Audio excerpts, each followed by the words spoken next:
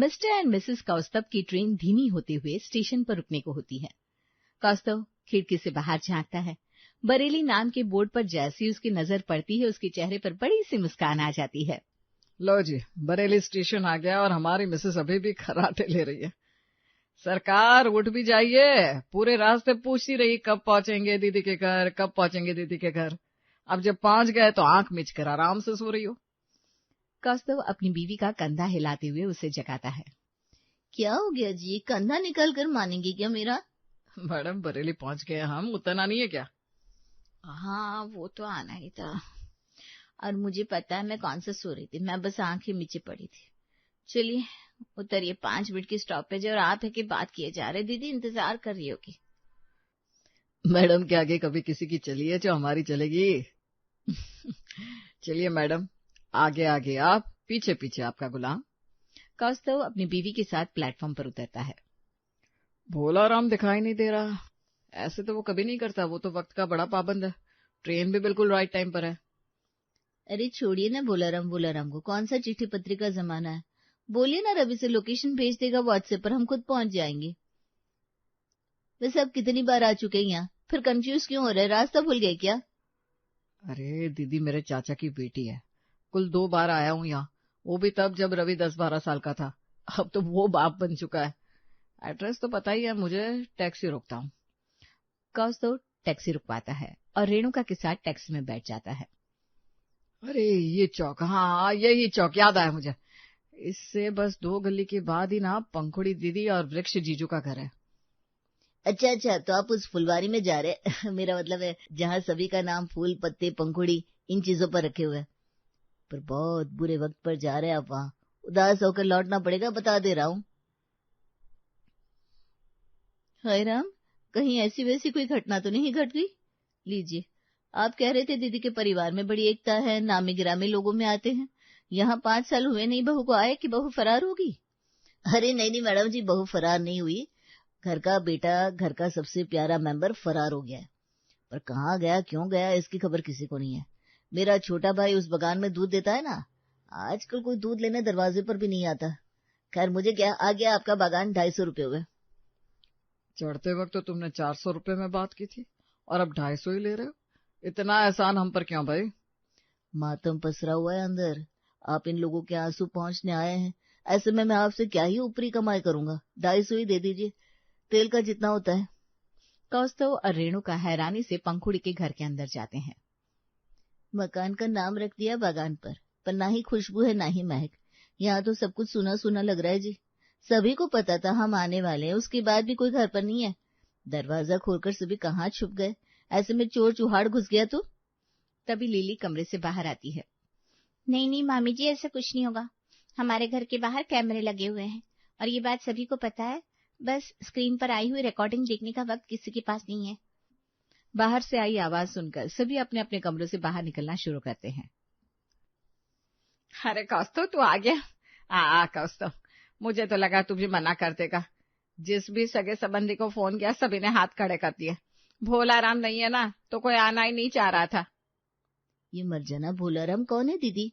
सभी भोला राम कर रहे हैं, और ये क्या गल्ला फिरा हुआ है बाहर? गुलाब और निकेतन तो यही है, फिर इस घर का कौन सा बेटा भाग गया? मतलब हमारी जानकारी से परे आपको एक और लड़का भी है क्या? तभी कमरे से आवाज आती है। चुप क्या हो पंखुड़ी, अब मुंह खोलो, बताओ सच्चाई। मैंने कहा था लोग पूछेंगे, किस किस का मुंह बंद करोगी, किस किस का? ओहो, आप ना पापा जी की बात को इग्नोर कीजिए मामी जी। वो क्या है ना, आजकल पापा जी अपनी दवाइयां वक्त पर नहीं ले रहे हैं ना। आप चलिए, रात काफी हो रही है, अब डिनर कर लेना चाहिए हमें। खुशबू कौस्तभ और रेणुका को खाना परोसने के लिए जैसे ही बॉल के ऊपर से प्लेट हटाती है वो खाली होता है। लगता है दूसरे वाले में होगी सब्जी। खुशबू दूसरे बॉल से ढक्कन उठाती है, लेकिन वो भी खाली था। सब्जी नहीं बनाई तुमने महक? बाजार से सब्जी भोला भैया लाते थे, उनके बाद निकेतन भैया ने बोला कि वो सब्जी ले आया करेंगे, पर वो भी लेकर नहीं आए। अरे ये क्या बात हुई? अरे गुलाब को कह देती, वो ले आता। आप इनका तो छोड़ ही दीजिए, आप ये बताइए आपने रोटियां बनाई कि नहीं? ये पूछते हुए महक हॉट केस के ऊपर से ढक्कन हटाती है तो वो भी खाली। दोनों देवरानी जेठानी में आंखों की तीखी लड़ाई चल रही थी कि तभी अपने कमरे से वृक्ष बाहर आता है। ये सब इस घर में पता है क्यों हो रहा है? क्योंकि कौस्तुभ, मेरा भोला यहाँ नहीं है। लिली को देखने के लिए लड़के वाले आने वाले हैं आज। अगर भोला यहाँ मौजूद होता ना तो सारी तैयारियां हो चुकी होती, पर इन लोगों से तो 2 वक्त का खाना भी नहीं बन रहा, तो क्या ही मेरी लिली की शादी निपटाएंगे ये। भोलाराम के बिना इस घर में खाना भी नहीं बन पा रहा। ऐसा कौन था भोलाराम? बहती हवा सा था वो, उड़ती पतंग सा था वो, कहाँ गया उसे ढूंढो। वृक्ष अपनी सफेद एम्बेसडर गाड़ी में पंखुड़ी के साथ अपने घर लौट रहा था। मेरी तरफ ऐसे लगातार मत देखिए ना, मुझे शर्म आती है। दीदी आगे बैठी हुई है, वो क्या सोचेंगी। ड्राइवर, गाड़ी धीरे करो जरा। क्या हुआ जी? दूल्हे की शेरवानी में तैयार वृक्ष पंखुड़ी की ओर झुकता हुआ उसकी ओर की खिड़की के बाहर झांकता है। सुबह जब मैं बारात लेकर निकल रहा था तब भी ये लड़का यहीं था, और अब भी जब मैं अपनी दुल्हन के साथ लौट रहा हूँ तब भी ये बच्चा यहीं है। कौन है ये बच्चा? वृक्ष और पंखुड़ी गाड़ी से उतरकर उस बच्चे के पास जाते हैं तो वह बच्चा उन्हें बताता है कि गांव में कैसे वो काम की तलाश में शहर आया और यहाँ गुम होकर रह गया। 24 साल का वृक्ष 14 साल के भोलाराम को अपने घर ले आता है। भोलाराम के सामने ही घर की तीनों बच्चों का जन्म होता है और वो उनका भैया बनकर उन्हें पालने से लेकर घर के सारे छोटे बड़े काम संभाल लेता है। मुझे तो बड़ी घबराहट हो रही है भोला भैया, मैंने शादी के लिए हाँ क्यों करती। सुनिए सुनिए अपने बेटे की बोली। वहाँ खुशबू दुल्हन के जोड़े में मंडप पर बैठी इसका इंतजार कर रही होगी और दरवाजे पर खड़ा होकर ये कह रहा है शादी के लिए हाँ क्यों करती। पता है निकेतन, भले ही तूने पढ़ाई पूरी की हो, 100 में से 100 अंक की तैयारी की हो, फिर भी एग्जाम में बैठने के पहले तू हमेशा वापस घर लौटने की बात करता था। पर तुझे कभी बिस्किट का लालच देकर, कभी किसी और चीज का लालच देकर मैं परीक्षा में बिठाई देता था और आखिर में तू अव्वल आता था। भोलाराम की कही बात सुनकर निकेतन की घबराहट सुकून में बदल जाती है और वो बारात लेकर अपनी दुल्हन को लाने निकल पड़ता है। इसी तरह भोलाराम की निगरानी में ही घर के दूसरे बेटे गुलाब की भी शादी होती है और घर की छोटी बहू महक घर आ जाती है। भोला भैया कहाँ हैं आप? अपनी चप्पल ठीक कर रहा भोला चप्पल को नीचे रखकर भागता हुआ रसोई में आता है। हाँ बेटा बोलो, क्या हुआ? बाजार से सब्जियां तो ला दी थी मैंने। अरे आटा खत्म हो गया है, आपने मुझे बताया भी नहीं भैया। अब नाश्ता कैसे तैयार होगा? आपको पता है ना मम्मी जी को डायबिटीज है, दवाई लेनी होती है उन्हें। नाश्ता परोसने में जरा से भी 19-20 हो जाती है तो पापा जी अपनी छाया छोड़ सभी पर लकड़ियां बरसाने लगते हैं। कौन सा राशन किस तारीख को खत्म होता है उसका अंदाजा रहता है भोला को बेटा। आटा मैं पहले ही लाकर ऊपर दराज में रख चुका हूँ और हाँ जल्दी जल्दी सब्जी बना लो क्योंकि रोटियां बन जाए इतनी गैस होगी नहीं सिलेंडर में। सब्जी तैयार होती ही सिलेंडर खत्म हो जाएगा। आज महीने की 30 तारीख है, 30 दिनों से ऊपर इस घर में सिलेंडर कभी चला ही नहीं जो आज चलेगा। तभी गुलाब अपने कमरे से महक को आवाज लगाता है। अरे महक, मेरी पिंक वाली शर्ट कहाँ है? कितनी बार का है, संभाल कर रखा करो। आज कितना बड़ा क्लाइंट आने वाला है और मेरी पिंक शर्ट मिल ही नहीं रही। अपने पति की आवाज सुनकर महक हड़बड़ा जाती है। इनकी पिंक वाली शर्ट छत से तो लेकर आई थी मैं, फिर कहाँ रख दी मैंने। महक टीवी का रिमोट नीचे रखकर रसोई की ओर भागती है। भैया ये मुझे आवाज दे रहे हैं, इनकी गुलाबी शर्ट कहाँ रखी थी, आपको याद है क्या? तूने रखी थी महक, तो भैया को कैसे याद होगा? बताना तो चाहिए था इन्हें। मतलब इस घर में भोला भैया को बिना आवाज दिए किसी से कोई काम हो ही नहीं सकता। भोला खुशी होता है अपने परिवार का काम करके। वो कल अपनी सहेलियों से बात करते करते महक ने गुलाबी शर्ट को बाहर हॉल में छोड़ दिया था, पर मुझे याद था आज चीन से लोग आने वाले हैं बिजनेस की बात करने, इसलिए उस गुलाबी शर्ट को वहां से उठाकर मैंने भाभी के कमरे में रख दिया था। थैंक गॉड, मैं तो भूल ही गई थी। ये किटी पार्टी तो मेरा किसी दिन बेड़ा गर्क करवाएगी। थैंक यू भोला भैया, अगर आज आप नहीं होते तो पता नहीं आज क्या हो जाता। महक भागती हुई अपनी सास के कमरे में जाती है और उनकी अलमारी से गुलाबी शर्ट निकालकर गुलाब को देती है नाश्ते के टेबल पर। ये शर्ट तेरे पर बड़ा खिल रहा है बेटा। चाइना से पार्टी आने वाली है ना पापा, बस डील डन कर दे। इसी का गुड लक बनाने के लिए ये शर्ट पहनी है मैंने। खुशबू और महक सभी को गर्मा गर्म सब्जी के साथ फुल्के सेक कर दे रही थी। तभी गैस आपने ऑन क्यों छोड़ दी भाभी? ऐसे नॉब ऑन कौन छोड़ता है? घर में आग लग सकती है ऐसे तो। क्या फ्लेम कैसे बुझ गई? खिड़कियां भी बंद है। अभी तेरे सामने ही तो मैंने रोटियां सेकी, रुक जरा देखने दे। खुशबू झुककर गैस के फ्लेम को देखती है कि वो जल ही नहीं रहा था।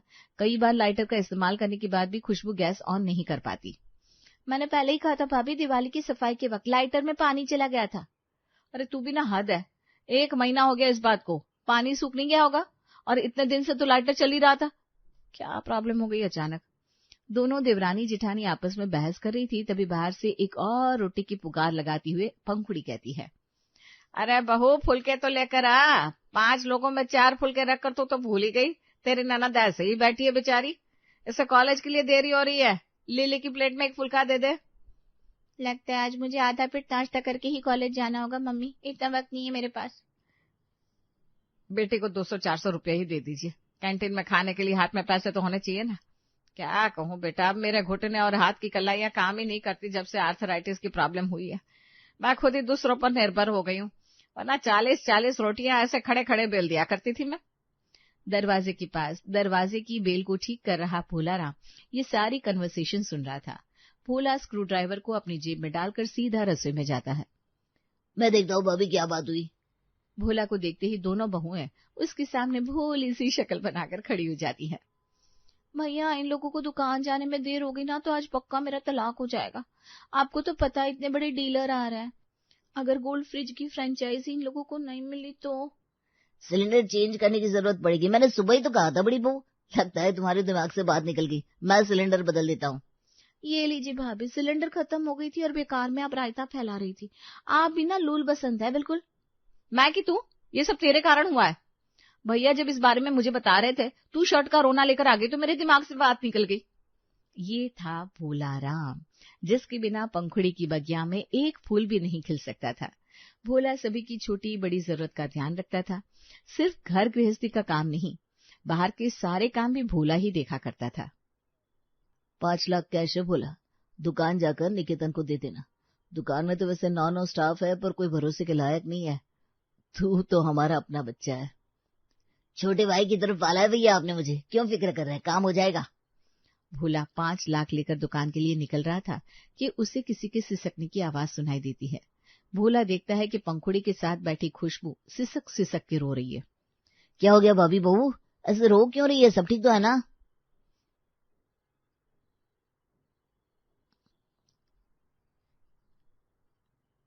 अब तुझसे क्या छुपाऊं भोला, माली से कभी खुशबू छुपी है। खुशबू और निकेतन की शादी को 4 साल हो गए, इतने दिनों में एक चूहा तक पैदा नहीं किया इसने। इतना बड़ा बिजनेस है हमारा, अगर वंशी नहीं होगा तो किसे सौंप कर जाएंगे। छोटी बहू की शादी कोई 7 महीने हुए, अब मुंह खोलकर उसे तो कुछ कह नहीं सकते। समझा भाभी, पर बेफिक्र रहिए। गांव में मेरी एक चाची थी, उन्हें तो पूरे 23 साल के बाद बच्चा हुआ था। अब परेशान मत होइए, ये सब भगवान के हाथ में होता है। भगवान इसमें क्या करेंगे भैया, डॉक्टर से चेकअप करवाया था मैंने, प्रॉब्लम मुझ में नहीं आपके प्यारे निकेतन में है। अब वो इलाज ही नहीं करवाना चाहते तो मैं क्या करूं। बोला तू तो गांव की तरफ से आता है, तू ही कुछ उपाय लगाना। एक बाबा है जो कार्तिक के महीने के आखिरी हफ्ते में गंगा स्नान के लिए कोलकाता आते हैं, उनसे अगर मिलना हो गया ना तो सारी टेंशन छूमंतर हो जाएगी। पर उसके लिए हमें शहर से बाहर जाना होगा। एक बार उन्होंने ताबीज बनाकर दे दिया ना, फिर बहू जो कहेगी निकेतन वही मान लेगा। पर नवंबर एंड में तो आप अपने गांव जाते हैं, आप तो अपने गांव चले जाएंगे ना अपनी खुशबू को छोड़कर। वहां आपका परिवार आपके इंतजार में होगा। पूरे साल में सिर्फ एक बार ही तो जाते हैं आप अपने गांव। ये भी तो मेरा परिवार है बहू, गांव में फोन है, किसी किसी के पास में वीडियो कॉल पर बात कर लूंगा। फिलहाल तेरा काम निपटवा देता हूँ। वृक्ष के बैंक का काम संभालना हो, उसे वक्त पर दवाइयां देनी हो, या पंखुड़ी के घुटनों का देसी इलाज कराना हो, घर के बेटों के बांझपन को दूर करने से लेकर घर की बगिया में बीज लगाने तक सब कुछ जैसे भोलाराम पर ही निर्भर था। पर इसके बाद भी कहते हैं ना, जिसके लिए सब कुछ करो, कभी कभी वही आपको 2-4 रुपए के लिए गलत साबित कर देते हैं। एक रोज टिफिन लेकर भोलाराम दुकान पहुंचता है, जहां निकेतन और गुलाब के बीच में एक सेल फोन को लेकर बहस हो रही थी। क्या हो गया भैया, बाहर तक आवाज आ रही है, लोग क्या सोचेंगे? क्या सोचेंगे लोग, इससे आपको क्या फर्क पड़ रहा है? आपकी इज्जत जा रही है क्या? दुकान के बाहर नाम नहीं पड़ा, बागान इलेक्ट्रॉनिक्स। आपके नाम की दुकान थोड़ी ना है भैया जो आपका जी जल रहा है। और मैंने देखा है जब भी मैं गुलाब को कुछ कहता हूँ आप बीच में आ जाते हैं। देख रहे भैया, इसे मुझसे ही प्रॉब्लम है, तो आपको क्या लग रहा है कि वो 20,000 का फोन मैंने गायब किया है? भैया गले पर बैठता हूँ आधा दिन, मैं चाहता तो क्या कुछ नहीं कर लेता। बात 20,000 या 2 लाख की नहीं है, वो फोन ही मेरी साली को पसंद आया था, एक ही पीस था दुकान में और वही गायब हो गया। ऐसे कैसे? मुझे लगता है तुम दोनों भूखे हो, इसलिए तुम्हें कुछ समझ में नहीं आ रहा। एक बार दोनों खाना खा लो, अपने आप दिमाग चलने लगेगा। ये कहकर गुलाब अपनी जेब से फोन निकालकर एक वीडियो कॉल रिसीव करने के लिए बाहर जाता है। भोला भैया को तो फोन हमने दिया है और उनके गांव में आधे से ज्यादा आबादी के पास छोटा वाला फोन है, तो ये वीडियो कॉल पर बात कैसे कर रहा है? इस बार भैया अपने गांव भी नहीं गए, कहीं वो फोन इन्होंने ही तो अपने गांव नहीं भिजवा दिया। दरवाजे पर खड़ा भोलाराम जैसे ही इस बात को सुनता है उल्टे पैर वापस लौट जाता है, पर कहाँ किसी को नहीं पता। इसमें तो सरासर तुम दोनों भाइयों की गलती है। अब क्या हो रहा है, एक बहन का रिश्ता नहीं देख पा रहे तुम लोग। हमें बुलाया है, अभी भोलाराम यहाँ रहता तो सारा काम निपटा दिया होता उसने। इन लोगों ने गलती की थी तो आपने दोनों को चमाट क्यों नहीं लगाया? भोलाराम कहीं नहीं गया होगा, लिली को लड़के वाले 2 दिन बाद देखने आ रहे हैं ना। मैं तो कहता हूँ कल सुबह ही बाय रोड निकल पड़ते हैं। भोला अपने गांव ही गया होगा, और है ही कौन इसका इस दुनिया में। अगली सुबह वृक्ष अपने पूरे परिवार के साथ भोले के गांव पहुंचता है, जहां पेड़ के नीचे बैठा भोला अपने छूटे हुए परिवार की तस्वीर देखता हुआ रो रहा था। भोला को देखते ही पूरा परिवार अपने घुटनों पर आ जाता है। मेरा भोला घर नहीं चलेगा? घुटनों में दर्द है तेरी भाभी के, फिर भी तेरे सामने घुटनों के बल बैठ गई हूँ। अगर आपने कुछ सुन लिया था तो मुझे एक चमाट क्यों नहीं लगाया भैया? घर चलिए, वरना हम सब यहीं रहना शुरू कर देंगे। और इस तरह भोलाराम वापस अपने बागान, अपने घर लौट आता है।